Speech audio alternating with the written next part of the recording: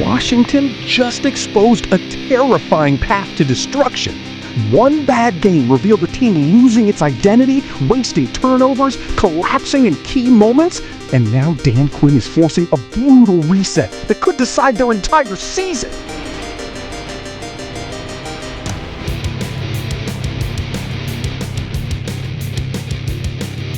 I've said Washington last place is my pick. Jayden Daniels, 3 snaps, incompletion, sack, run play, punt, all we saw. The offensive line is bad. I don't like the vibe of this franchise, ownership down. Cliff Kingsbury bailed. Ben Johnson, after interviewing, said it's a lot of basketball guys who think they know football. They just do not have enough good young players because they've given up draft picks to get where they're at, and they had a bad weekend. But that criticism was only the surface. The real warning came from inside the building, and the head coach made it clear.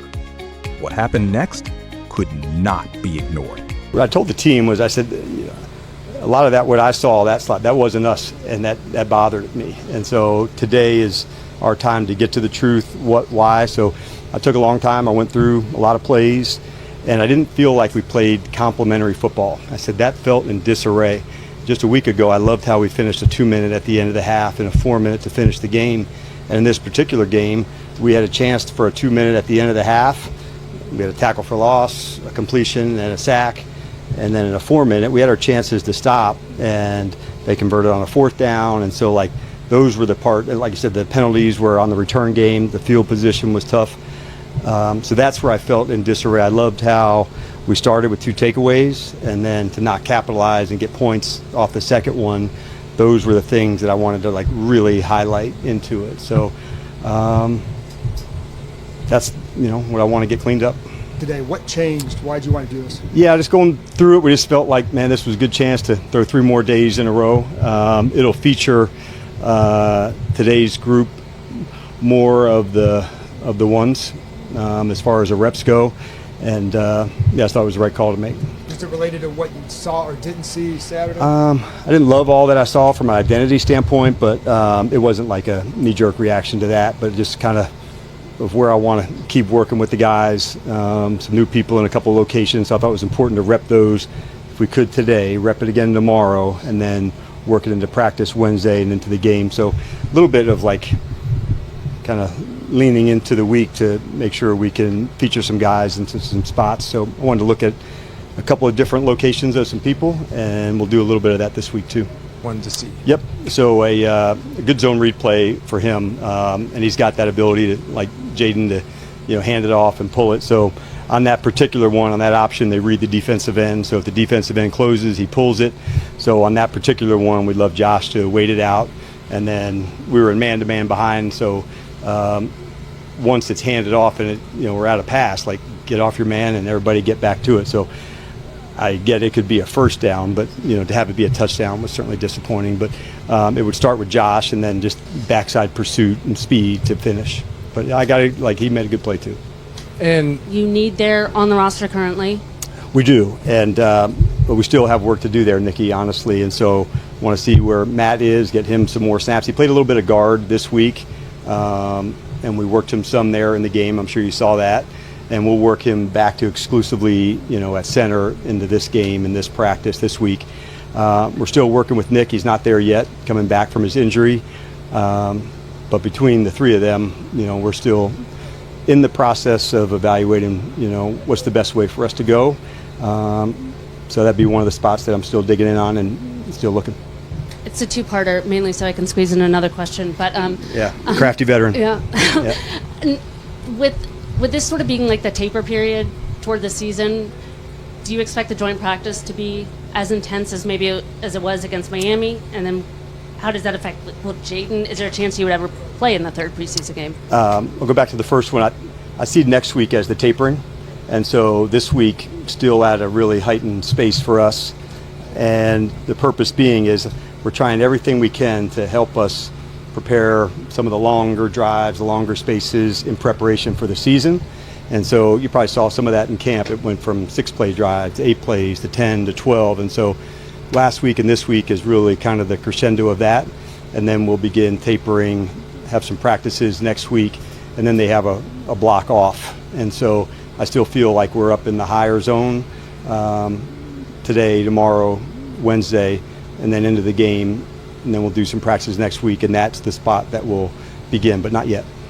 As far as Jayden goes, we haven't gone there with the game, but having the joint's a big deal for us. And so that's where we want to get a lot of reps for him and for many others. So it won't be all balanced in terms of, in Miami, it was a little more balanced, quite about 50-50 in terms of plays. This one will be a little more shifted towards Jayden and some of the group with him. Yeah, so I thought when you're watching every day at practice, which you guys are, I felt like at safety there's a competition. At receiver, I felt it where, okay, you see a player make a play this day and a player make that one. And so on that particular one, Owens was playing the nickel position. And sometimes we do that with three safeties. So we blitzed him from the nickel back position. He's a good blitzer, just you see that same type of speed and hitting as a special teams player. So we feature him in that way. There's been different guys, honestly, make plays on different days. So that's what I'm definitely looking for. But to see Quan really express himself over the last two games and a number of practices, you can feel his comfort level in the system coming together. And like, he's been such a selfless teammate, so it's not surprising to see him putting the work in and seeing the rewards from that. In the running game with some of the younger guys, the week before they get 160 yard, Henry and Allen, not so much this week. What did you see with the difference of the 2 weeks? Yeah, and I really was hoping to lean into that, to see that. And so I didn't see us just quite on time. There was times you see, one time in this part of the line getting off the ball, the tight ends were late. Not, downfield finishing and all the spaces. So it wasn't just a running back or one person here. There was plenty of times I thought, all right, 9 are right. These 2 are wrong. 10 are right. This one's wrong. And so it just didn't feel as connected, Donna, that I hoped I'd see in the run game. Had one that was an outside toss play early in the, a 2 minute at the end of the half, a tackle for a loss. Those were things that we know we can get, Robert or a player out on the edge. And so to have that happen, that was disappointing. Washington may have just exposed a terrifying problem before the season even begins. Against Detroit, the offense opened with 3 brutal snaps: incompletion, sack, run, and punt. That alone is concerning. But Dan Quinn saw something worse. He said, "That wasn't us." And when a head coach says his own team looked completely disconnected, this is no longer just preseason noise. And Quinn's film review showed exactly where everything started falling apart. Washington actually started with 2 takeaways. That should have been the foundation for a strong performance. Instead, they failed to score after the second one. Then came the 2-minute situation: tackle for loss, completion, sack. Later, in the 4-minute situation, Washington had chances to stop Detroit, but Detroit converted a 4th down. Add penalties on the return game and poor field position, and Quinn's verdict was simple.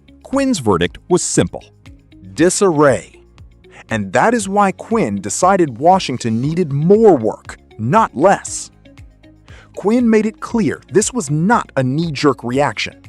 He wanted 3 more intense days of preparation, giving the starters more repetitions and testing players in different positions. Washington is still evaluating the roster. The center position is one example. Matt has played guard, but will move back to center, while Nick is still working his way back from injury. So even now, the coaching staff is still searching for answers. But protection is only part of the problem. The running game is showing the same lack of connection. The previous week, Washington's young running backs produced 160-plus rushing yards. This time, Henry and Allen struggled. Quinn did not blame one player. He blamed the entire structure. Linemen were getting off the ball late. Tight ends were missing blocks. Downfield blocks weren't being finished. As Quinn described it, 9 are right, these 2 are wrong. That is exactly what a broken offense looks like. And with Jayden Daniels behind that line, Washington cannot afford another season where the quarterback has to rescue broken plays by himself. And now, the biggest question is unavoidable. Is this simply preseason football, or is Washington losing its identity? Quinn admitted he didn't love what he saw from an identity standpoint. That's the sentence Washington fans should remember. Because the criticism from outside has already been brutal. Questions about the offensive line, roster construction, draft capital, and the direction of the franchise. But now, the warning is coming from inside the building. Washington has Daniels. Washington has expectations. And Washington has very little time to fix the details. The next practices and the upcoming joint work are no longer just preparation. They are an identity test. One bad preseason game does not destroy a season. But ignoring what it exposed could. Washington has been given a warning. Now Dan Quinn has to prove he can turn that warning into a reset before the regular season turns the cracks into a collapse. Mic check 1 to 2, -1, -2. Game over for this video, folks. Smash that like button, drop a comment, and subscribe to stay in the huddle for more. This is NFL Madness, bringing the heat and signing out.